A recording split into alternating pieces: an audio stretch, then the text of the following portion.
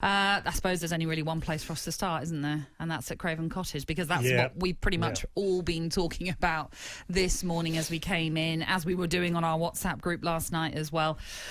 How did they come to that decision to send off Thomas Soucek in what was, let's say, quite a lifeless game that ended goalless between Fulham and West Ham? But right at the end, there was drama.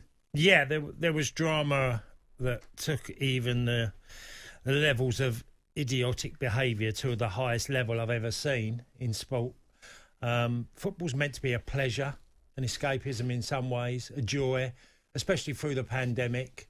But we have referees looking at screens, frozen, literally staring at the screen for as long as you can believe, like they're watching a film like Titanic and trying to judge it of how good a film it is. They're not film critics. They're just looking at an incident that should be looked at within 10 seconds. You can make a call on, and Mike Dean is looking at it 20 times. And I'm thinking, what is going on in his head here?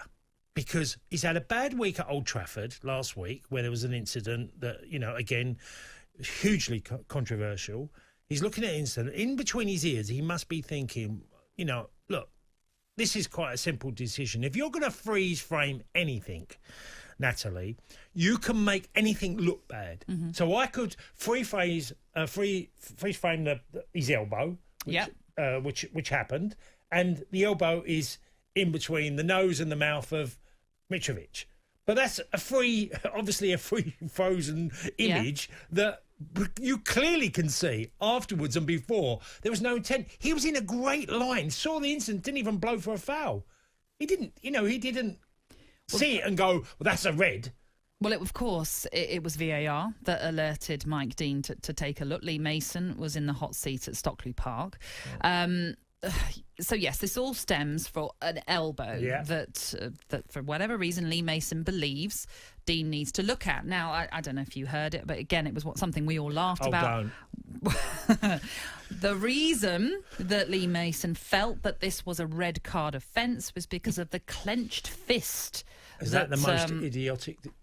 Well, Natalie, as we were saying on our WhatsApp group, it was just laughable because there was no clenched fist. There's no malice in what he's doing.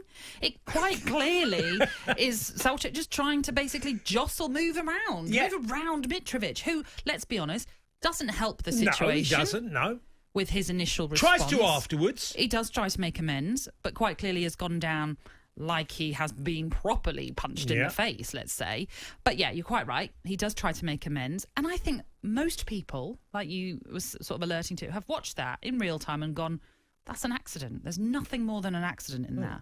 But the fact that Lee Mason and the PGMOL have had to come out and say the reason we've given that is because of a clenched fist, it's as though they're looking for a reason. They have to justify the red card that everybody is saying that is not a red card. Okay.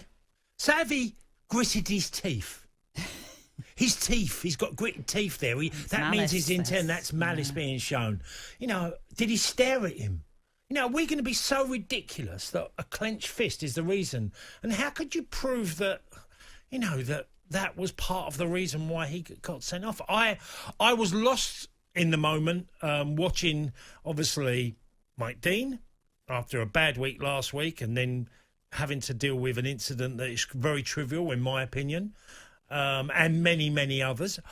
If we're looking at football and we're going to evolve this game and make it a better product, because football's become very relevant, and like many sports, at a time of where people are not doing things, normal activity, can't even play the game themselves, it's a joy, it's a pleasure, then football's got an opportunity to shine and show it can lead. And what it's done in this pandemic is absolute opposite. I've seen incident after incident, and people will say, you played football in a different time. Yes, I did. Do I want to play football what I see now? I wouldn't want to play in this game. I wouldn't want to be playing. I'd be sent off every 5 minutes. And I lifted my elbows numerous times. And you know what? I clenched my fist. Did I know I clenched my fist? Not really. Well, I tell you, if you look at that incident in particular, for what he's doing, when as we've mentioned, he's trying to get around Mitrovic. He's trying to move Mitrovic out of the way. He's actually trying to go over his head with his arm. To try and get around him. Now, inevitably, if you do that, if you sit there and you're listening, you try and do that, you do bring your finger, you clasp your fingers. It's a natural reaction. It's not a clenched fist. That's what I was doing it at home for ages. Thinking, how can I do this? Maybe I need jazz hands just to prove that I'm not going to, it's not a clenched fist. It's absolutely... The old Kenny Everett, big giant hands. Exactly. That's what you need, perhaps, and that's what players have to think of going forward. I've done this a few times at home, accidentally, I've took a T-shirt off and actually caught my missus by accident taking the T-shirt off because I get that. You remove, the way you remove your T-shirt. Suggesting. I've actually caught her. I clenched my fists and but you know what I mean. It's like, how can you define that as the reason to be given for you to be sent off? We've got to seriously find. Look, I was a massive VAR. I wanted VAR, but I never imagined in a million years we would be looking at to some of the degrees, the level of degree that is so microscopic that I'm now getting to the stage where it's putting me off of watching a game that I really have loved. I get put off by what I see sometimes. I just think, is this something I want to be associated with? This game that's developed from... It's being ridiculed. Let's be honest. And I don't know the rest of Europe, how well they're doing it, but we're making a real pig's ear of it.